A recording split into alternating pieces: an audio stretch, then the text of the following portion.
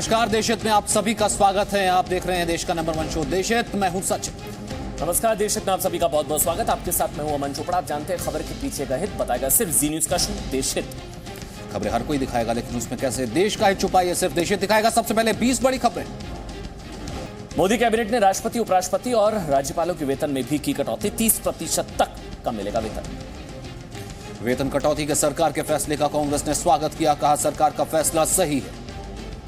Corona से जंग में बीजेपी कार्यकर्ताओं से पीएम मोदी ने किए 5 आग्रह। कहा गरीबों की मदद और कोरोना वीरों को करे धन्यवाद। तबलीगी जमात पर जी न्यूज की रिपोर्टिंग से भड़के एक मौलाना ने रिपोर्टर्स एंकर्स को धमकी। न्यूज ब्रॉडकास्ट एसोसिएशन ने की धमकी की आलोचना। देश में 1445 मरीज तबलीगी जमात के, अब तक 10 की मौत। संपर्क में आए 25,000 से ज्यादा लोग क्वारंटाइन में भेजे गए।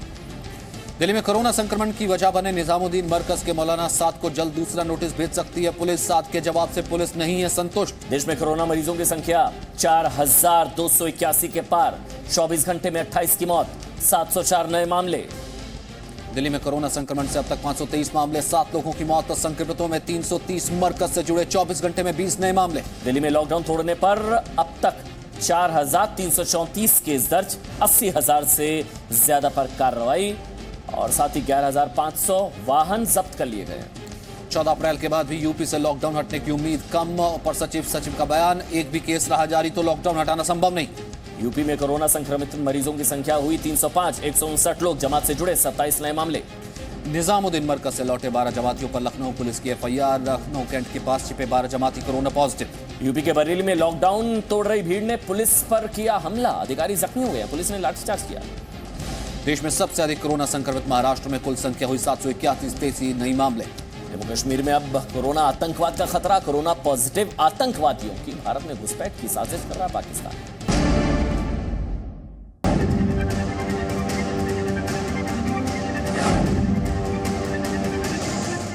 मौलाना की जमात पहले तो महामारी फैलाती है और जो भी उसके गुनाहों का सच दिखाए उसे देख लेने की धमकी देती है। क्या ऐसी जमात को यूं ही छोड़ देंगे आप?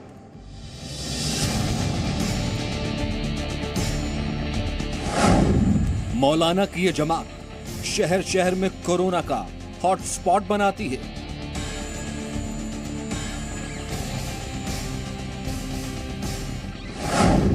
और फिर पुलिस पर पत्थर फेंकती है।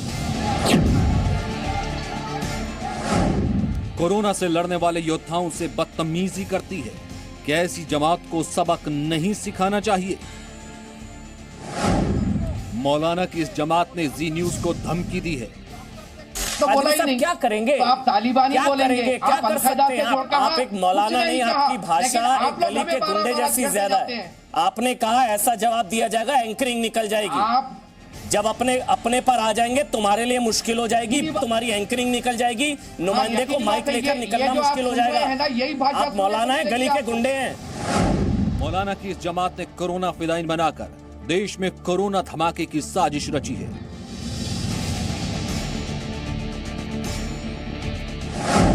क्या ऐसी जमात के फरार मौलाना पर मौत का मुकदमा दर्ज नहीं होना चाहिए? लॉकडाउन के 13वें दिन आज मौलाना की जमात के हर गुनाह, धमकी और मजहब के नाम पर नई साजिश का खुलासा करेंगे।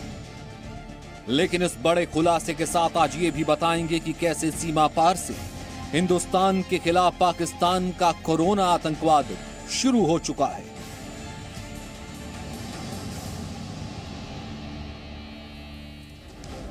तो लॉकडाउन के खिलाफ एक तरफ मौलाना की जमात की साजिश चल रही है, तो दूसरी ओर अब सीमा पार से भारत के खिलाफ बड़ी साजिश हो रही है। इस साजिश को पाकिस्तान का कोरोना आतंकवाद ही कह सकते हैं। हमारे पास भारत के खिलाफ पाकिस्तान के कोरोना आतंकवाद पर कई अहम सबूत मौजूद हैं। आज हम आपको वो दिखाएंगे, लेकिन उससे पहले आज की बड़ी बातें आपके लिए जानना बहुत जरूरी है। देखिए, लॉकडाउन का आज 13वां दिन है और लॉकडाउन में आपके लिए 13 बड़ी बातें क्या है, इसके बारे में आपको पता होना चाहिए। दरअसल 13 बड़ी बातें यह हैं कि पहले कि भारत में कोरोना के अब तक कुल मिला के केसेस 4,281 हो चुके हैं। देश में कोरोना से अब तक 111 लोगों की मौत की खबर है। 24 घंटे में सबसे ज्यादा 704 नए केसेस। पिछले 24 घंटे में 28 लोगों की मौत। कोरोना से संक्रमित 319 लोग ठीक भी हो चुके हैं। अच्छी खबर है। तो कुल संक्रमण का 35% जो हिस्सा है वो तबलीगी जमात से जुड़ा है। 1445 जी हां, तबलीगी जमात के 1445 लोग कोरोना संक्रमित। दिल्ली में 523 मामलों में से 323 जमात के। वहीं उत्तर प्रदेश में 305 में से 159 मामले जमात से जुड़े हैं। वहीं उत्तर प्रदेश में आज 27 मामले में से 21 मामले जमात के ही। लेकिन मौलाना साद, महामारी का मौलाना, 150 घंटे से फरार। राष्ट्रपति, उपराष्ट्रपति, राज्यपाल स्वेच्छा से वेतन कम लेंगे, ये भी जानकारी आपके लिए, क्योंकि 1 साल तक सभी सांसदों के वेतन में 30% कटौती की मंजूरी मिली। तो कोरोना के खिलाफ लड़ाई में राष्ट्रपति से लेकर आम आदमी तक हर कोई अपनी तरफ से जितना हो सक रहा है उतना योगदान दे रहा है। लेकिन देश में मौलाना की एक जमात ऐसी भी है जो देश के लिए सबसे बड़ा खतरा बनती जा रही है। और इस जमात का मोस्ट वांटेड मौलाना देश भर में महामारी फैलाने के बाद 150 घंटे से फरार भाग रहा है। तो उम्र के जमाने में अपने यकीन की खराबी। महामारी के मौलाना पर हत्या का चार्ज कब? 150 घंटे से फरार है मौलाना। जमात के लोग देश के 17 राज्यों में कोरोना को और तेजी से फैलाने के गुनहगार हैं। लेकिन सवाल यह है कि मोहम्मद साद है कहां? क्या कोरोना से ज्यादा खतरनाक मौलाना साद दिल्ली में ही छिपा है? लेकिन मौलाना साद पर हत्या का मुकदमा दर्ज किए जाने की मांग शुरू हो गई है। जानबूझकर फैला रहे हैं, अनजाने में नहीं फैला रहे, गुस्से से भर के फैला रहे। ऐसी संस्था को बैन करना चाहिए, इसके खाते सील करना चाहिए, इसको पैसा कहां से आ रहा है इसकी जांच करके उन स्रोतों को बंद करना चाहिए और इनसे जुड़े हुए सब लोगों को जल्दी गिरफ्तार करके मुकदमा लगा के दंडित किया जाए। अब आप इस ऑडियो को बहुत ध्यान से सुनिए और समझिए कि कैसे मोहम्मद साद की तकरीर के दौरान लगातार वहां मौजूद लोगों को लगातार फांसी आती रही। ये मसाइल का हल का ताल्लुक मस्जिद से है। तो उम्र के जमाने में अपने यकीन की खराबी और अल्लाह ताला की तरफ से वादों से दूरी इसने उम्मत को अब यहाँ पहुंचा दिया। मसला हल होने तक मस्जिद को छोड़ दो। आप समझ सकते हैं कि कैसे तबलीगी जमात के जमावड़े में मौजूद लोगों में कोरोना फैल चुका था, लेकिन इसके बावजूद मोहम्मद साद कोरोना को इस्लाम के खिलाफ साजिश बताता रहा। अब कानपुर की तस्वीरें देखिए। जमात से जुड़े लोग कैसे मेडिकल कॉलेज के आइसोलेशन वार्ड में एक साथ इकट्ठे होकर डॉक्टर से बहस कर रहे हैं, सीढ़ियों और वार्ड में थूक रहे हैं, बीड़ी सिगरेट भी मांग रहे हैं। दिल्ली से निकलकर देश के अलग अलग हिस्सों में पहुंचे जमात के लोग वहां भी गए जहां वायरस लेकर पहुंचे, लेकिन अब उन पर कार्रवाई का वक्त आ गया है। हिमाचल प्रदेश और असम ने ऐलान कर दिया है कि जो भी तबलीगी जमात में शामिल होने के बाद राज्य में वापस लौटा है और कोरोना पॉजिटिव पाया जाता है, उनके खिलाफ मुकदमा दर्ज किया जाएगा।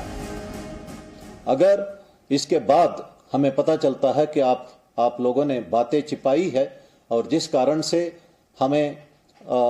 से ये जो कोरोना वायरस कम्युनिटी स्प्रेडिंग हो रहा है, तो हम जो डिजास्टर मैनेजमेंट एक्ट आईपीसी के धाराओं के अलावा आपके ऊपर इवन आईपीसी के 307 अटेम्प्ट टू मर्डर केस भी डाल देंगे।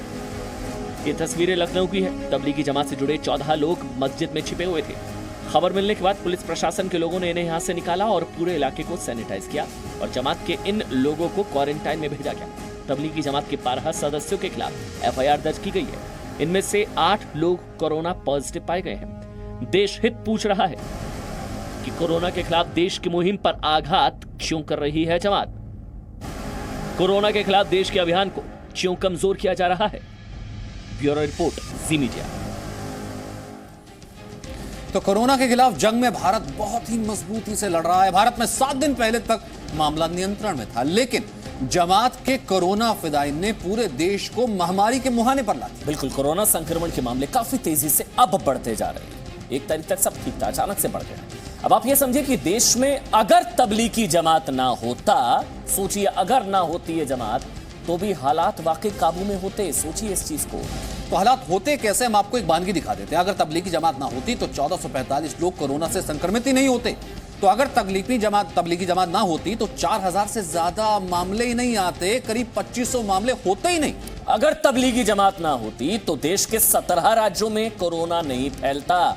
अगर तबलीगी जमात ना होता तो मौत का आंकड़ा 100 के पार नहीं होता। बिल्कुल, अगर तबलीगी जमात ना होता तो दिल्ली में 500 की जगह सिर्फ 200 मामले होते, और अगर तबलीगी जमात ना होता तो 25,000 लोगों को क्वारंटाइन में ना रखना पड़ता। अभी जो मामले 4 दिन में दोगुने हो रहे हैं, पहले 7.5 दिन लग रहे थे, 7.4, 7.5 दिनों में दोगुने हो रहे थे। जमात के चक्कर में 4 दिनों में मामले दोगुने हो रहे हैं। लेकिन अब जबकि जमात का पूरा सच देश ने जी न्यूज पर देख लिया है, तो कुछ मौलानाओं को अच्छा नहीं लग रहा है। ऐसे सभी मौलाना ये समझ लें कि जी न्यूज के लिए राष्ट्रहित सर्वप्रथम है, देश हित पहले है। इसलिए हम ना तो किसी धमकी से डरते हैं, ना ही डरेंगे। जी न्यूज को डराने की कोशिश पाकिस्तान का आतंकी काफी सही भी कर चुका है। लेकिन जी न्यूज सच दिखाएगा और ताल ठोक कर दिखाएगा।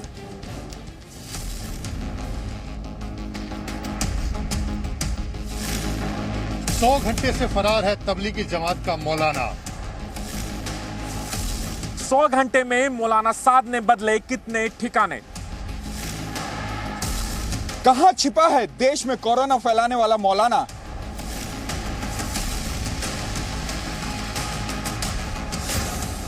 जमात का जिहाद, देश पर कोरोना आघात।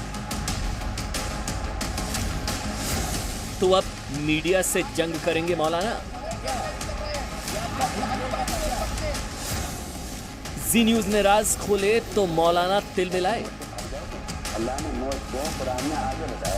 जी न्यूज ने पिछले कुछ दिनों से आपको लगातार ये दिखाया कि कैसे जमात ने कोरोना के वायरस को देश के अलग अलग हिस्सों तक फैला दिया। हमने आपको ग्राउंड रिपोर्ट भी दिखाई और जमात के अंदर की तस्वीरें भी, लेकिन ये मौलानाओं को पसंद नहीं आया। मौलाना अली कादरी ने मीडिया को खुलेआम धमकी दी है। एबीपी न्यूज, आज तक, जी न्यूज, रिपब्लिक टीवी, तमाम लोगों को यह बात कह रहा हूं कि अगर आप लोग बिला वजह के मुसलमानों पर अगर ट्रायल करेंगे, याद रखो तुम्हारे नुमाइंदों को माइक लेकर फिरना मुश्किल हो जाएगा। बहस के नंबर 1 शो ताल ठोक के जी न्यूज ने इन्हीं धमकी वाले मौलाना से ताल ठोक कर बहस की। जब अपने पर आ जाएंगे तुम्हारे लिए मुश्किल हो जाएगी, तुम्हारी एंकरिंग निकल जाएगी, नुमाइंदे को माइक लेकर निकलना मुश्किल हो जाएगा। आप मौलाना है, गली के गुंडे हैं। मौलाना है, गली के गुंडे हैं। आप मिलेगी आपको। गली के गुंडे की भाषा होती है ऐसी। वाले नहीं है आप। मेरे बयान ये आपका भूत है क्या? पेश कर रहे हैं। ये आपका भूत बोल रहा था क्या? आप अलकायदा से ये आपका भूत बोल रहा था? आपका भूत बोल रहा था क्या? हम कुछ नहीं बोल सकते। ये क्या बात हुई?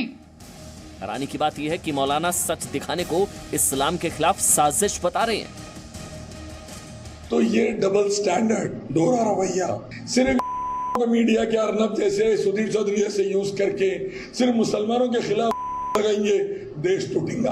तो बीजेपी में और मीडिया में जो के दोनों के लिए मैं समझा रहा हूं, अब बंद करिए, इस्लाम लाइए, देशवासियों को बचाइए। मौलाना अली कादरी ने खुलेआम हैदराबाद आने की धमकी दी है।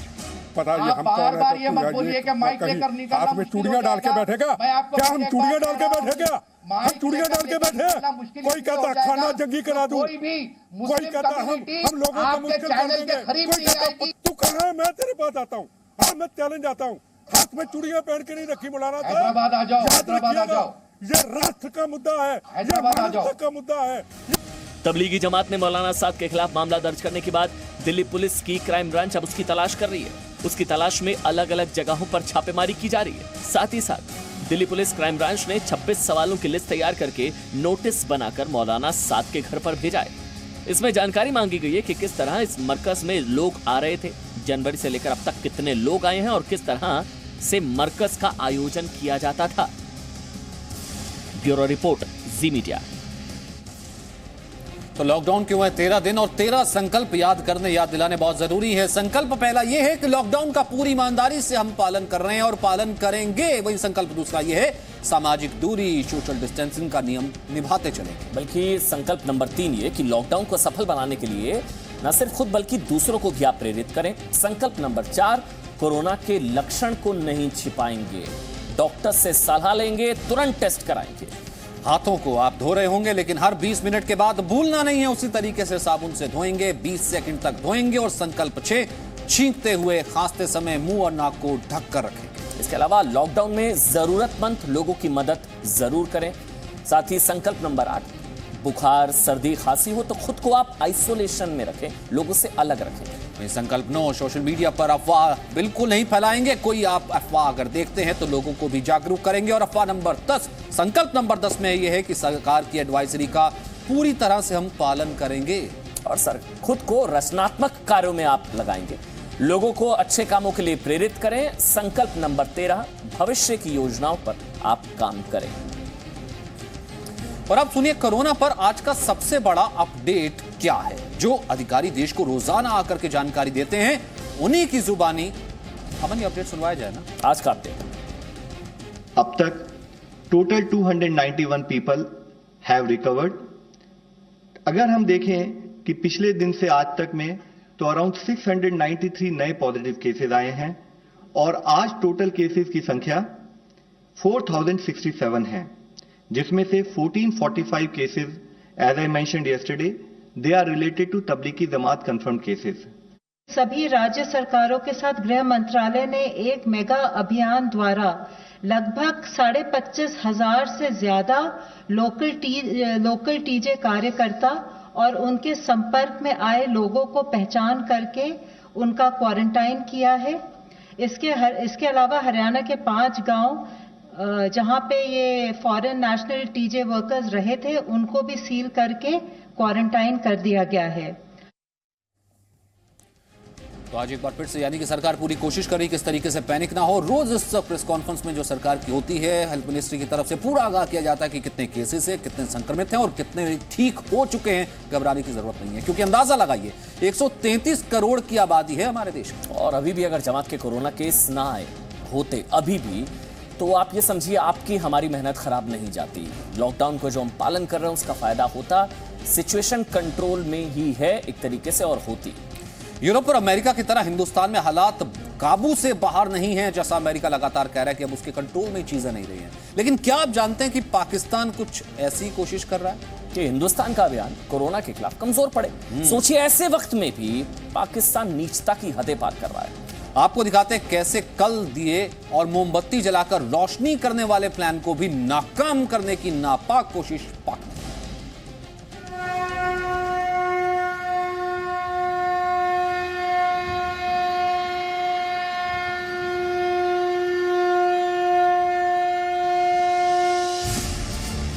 कोरोना के खिलाफ जंग को कमजोर करने की आईएसआई साजिश।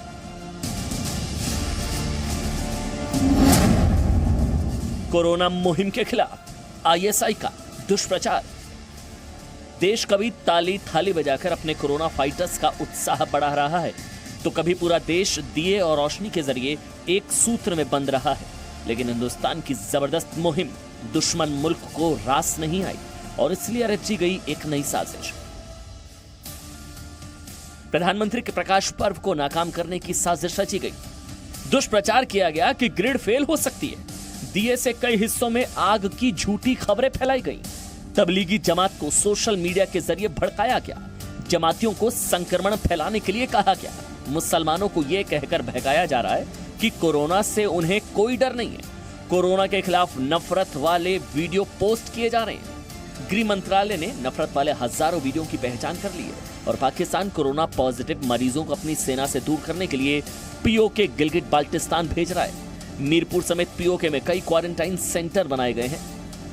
इन केंद्रों में पाकिस्तान के पंजाब प्रांत के कोरोना संक्रमित मरीजों को रखा गया।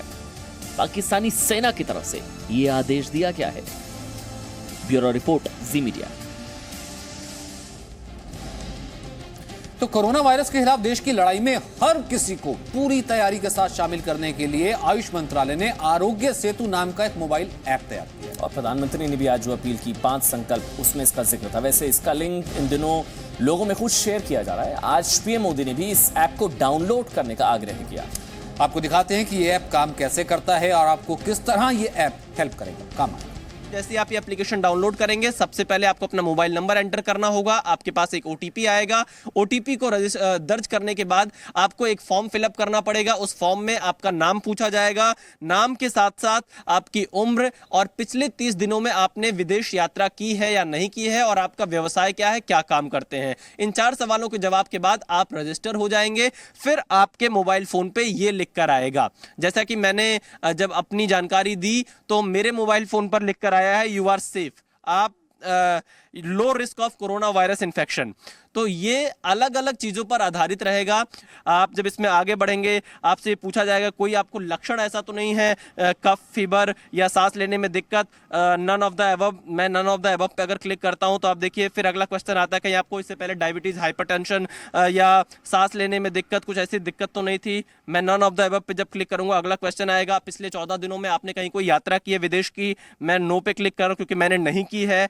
फिर उसके बाद आपसे एक अंतिम सवाल ये आता है कि आप किसी कोविड-19 पॉजिटिव के संपर्क में तो नहीं आए हैं, आप कोई हेल्थ केयर के वर्कर तो नहीं है, डॉक्टर तो नहीं है, जो आपने अगर कोई कोविड-19 पॉजिटिव का कोई इलाज किया हो, इसका ऑप्शन आएगा। नन ऑफ द अबव पे अगर मैं क्लिक करूंगा तो फिर लास्ट में लिख कर आता है your infection risk is low. ये सारी जानकारी इसमें है। एक ही एप्लीकेशन है, ये आपको आगाह करने के साथ साथ ये भी बताएगा क्या करना चाहिए, क्या नहीं करना चाहिए, कोविड-19 के लक्षण क्या है, कैसे बचा जा सकता है। और ये एक तरह से आर्टिफिशियल इंटेलिजेंस है, ये आपको टेक्नोलॉजी के जरिए सतर्क रखने का सबसे बड़ा माध्यम साबित होगा।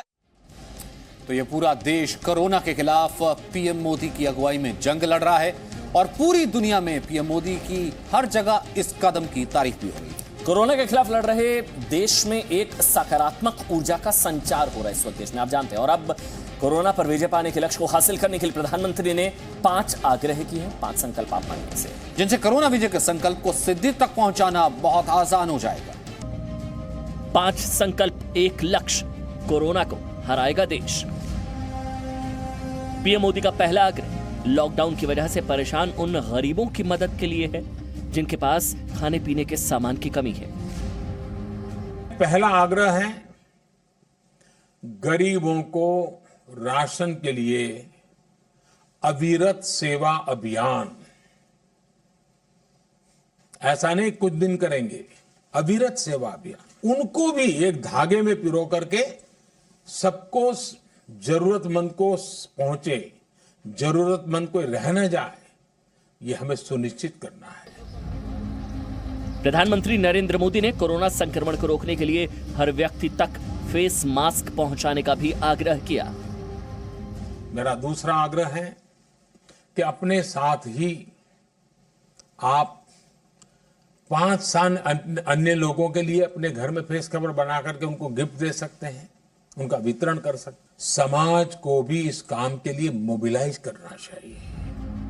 प्रधानमंत्री नरेंद्र मोदी का अगला आग्रह कोरोना के संक्रमण को रोकने से जुड़ा है, जिसके लिए प्रधानमंत्री ने तकनीक के इस्तेमाल की बात कही। भारत सरकार ने एक आरोग्य सेतु ऐप विकसित किया गया है। हमने इस आरोग्य सेतु ऐप को डाउनलोड करने के लिए मेरा चौथा आग्रह है कि ज्यादा से ज्यादा लोगों को जानकारी दें और कम से कम 40 लोगों के मोबाइल में ये ऐप आप इंस्टॉल करवाए ही। पीएम मोदी खुद कह चुके हैं कि देश उनके आग्रह को कभी नहीं ठुकराता। इस बार भी देश संकल्प कर चुका है और अब कोरोना को हिंदुस्तान के आगे घुटने टेकने ही होंगे। ब्यूरो रिपोर्ट, जी मीडिया। देश में अब सबसे बड़े खुलासे का वक्त हो गया है। पाकिस्तान ने कोरोना को भी आतंकवाद का नापाक हथियार बना लिया है। दरअसल जम्मू कश्मीर में भारतीय सेना के हवाले से एक बहुत बड़ी खबर है, देश ब्रेकिंग, हम आपको जल्दी से बता देते हैं। पाकिस्तान के कोरोना आतंकवाद पर यह बहुत बड़ा खुलासा है। कोरोना संक्रमित आतंकियों की घुसपैठ करा रहा है पाकिस्तान। कश्मीर में एक दिन में 9 आतंकी साफ, यानी कि 9 आतंकियों को मार गिराया गया है। 5 जवान भी शहीद हुए हैं। कश्मीर में सेना के लोगों से घुसपैठियों से दूरी बनाने की अपील। पाकिस्तानी सेना के साथ साथ आईएसआई भी इस कोरोना साजिश में शामिल है। दरअसल कोरोना संक्रमित आतंकवादियों की घुसपैठ, आईएसआई और सेना की यह साजिश क्योंकि बताया जा रहा है कि पाकिस्तानी सेना से जुड़े कई लोगों को कोरोना हुआ जो आतंकवादियों में फैला और फिर उनको ये इस तरह से रेडिकलाइज किया गया कि जब मरना ही है तो कोरोना फैलाओ, जाओ भारत में घुसो। मतलब कोरोना संक्रमित आतंकवादियों की घुसपैठ कराने की बड़ी साजिश। यानी कि कुल मिलाकर के खुद तो पाकिस्तान और पाकिस्तान के लोग जो हैं अपने उन लोगों को बचाने की जो है किसी जुगत में है नहीं, किसी तरीके की उसके पास व्यवस्था नहीं है। लेकिन इस ऐसे वक्त में भी आतंकवाद को लेकर के वो बाज नहीं आ रहा। आतंकवाद का एक नया नापाक प्लान लेकर के पाकिस्तान की सेना सामने आई है और 9 आतंकी हम आपको बताएं ऐसे में मार भी गिराए गए हैं। पाकिस्तान का कोरोना आतंकवाद वाला ये बड़ा प्लान, लेकिन आज आपको बता दें 9 आतंकवादियों को हालांकि ढेर आज कर दिया गया है। 9 आतंकवादी ढेर किए गए हैं। कश्मीर में एक दिन में 9 आतंकवादी ढेर, 5 जवान भी शहीद हुए हैं। और कश्मीर में सेना के लोगों से घुसपैठियों से दूरी बनाने की भी अपील सेना की तरफ से की गई है कि घुसपैठियों से दूरी बनाएं।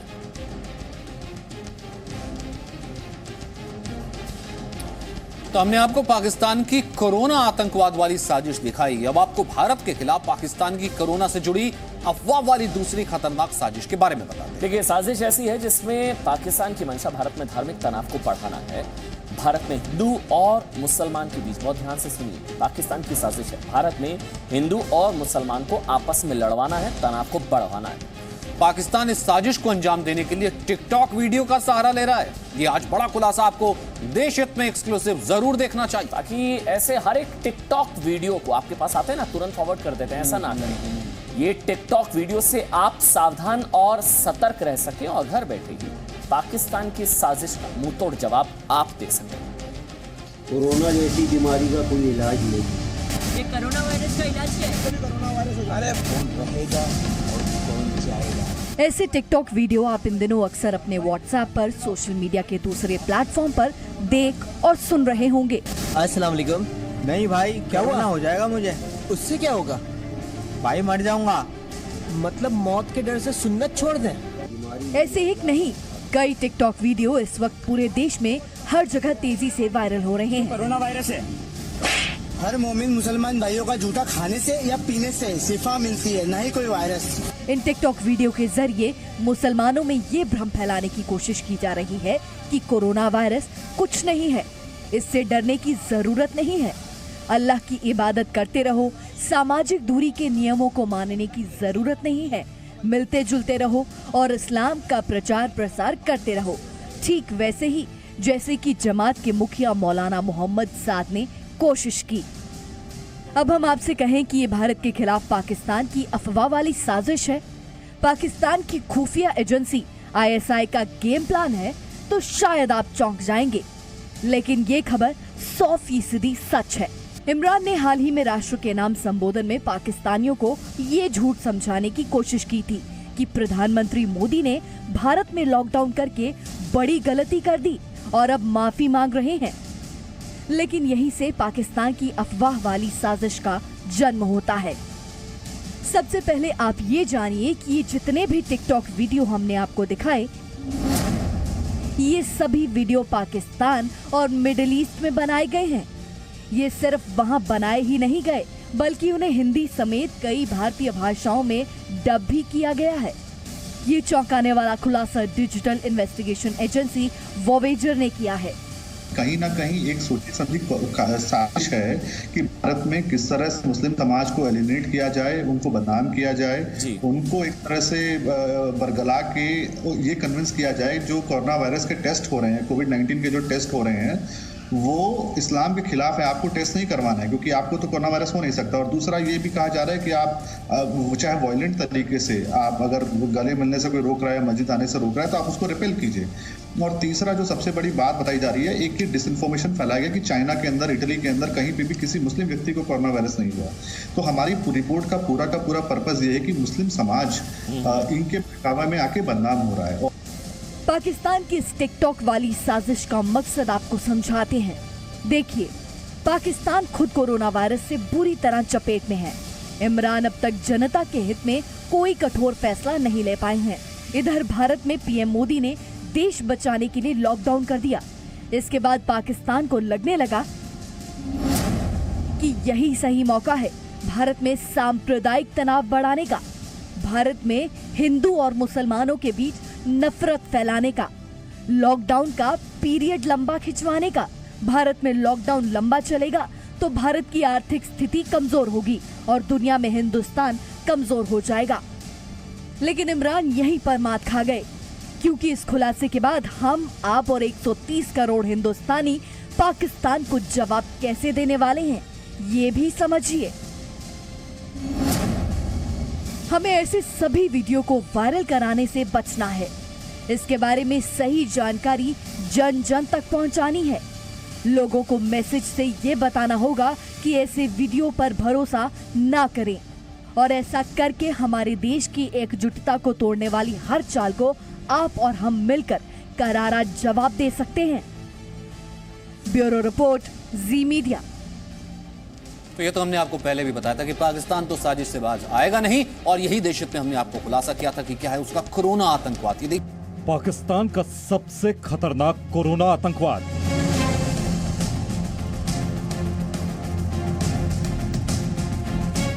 कश्मीर में कोरोना संक्रमित आतंकियों की घुसपैठ।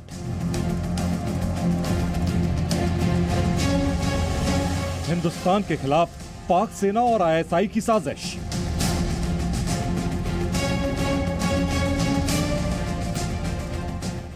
सुनो इमरान, आतंकिस्तान को बहुत महंगा पड़ेगा ये प्लान। आज 130 करोड़ हिंदुस्तानी भारतीय सेना का ये सबसे बड़ा खुलासा गौर से सुनिए। इसके बाद इस बड़ी खबर की पूरी जानकारी हम आपको देशहित में देंगे। We have neutralized 4 terrorists and recovered 4 weapons from them. Search for the 5th one is in progress. We appeal to the Awam that they should not give shelter to the terrorists who are unknown and they may be spreading the infection further. सुन लिया आपने, पाकिस्तान वो मुल्क है जो corona के इस संकट काल में भी साजिशें रचने से बाज नहीं आ रहा है। वो आतंकियों को संक्रमित करके हिंदुस्तान में घुसपैठ करा रहा है।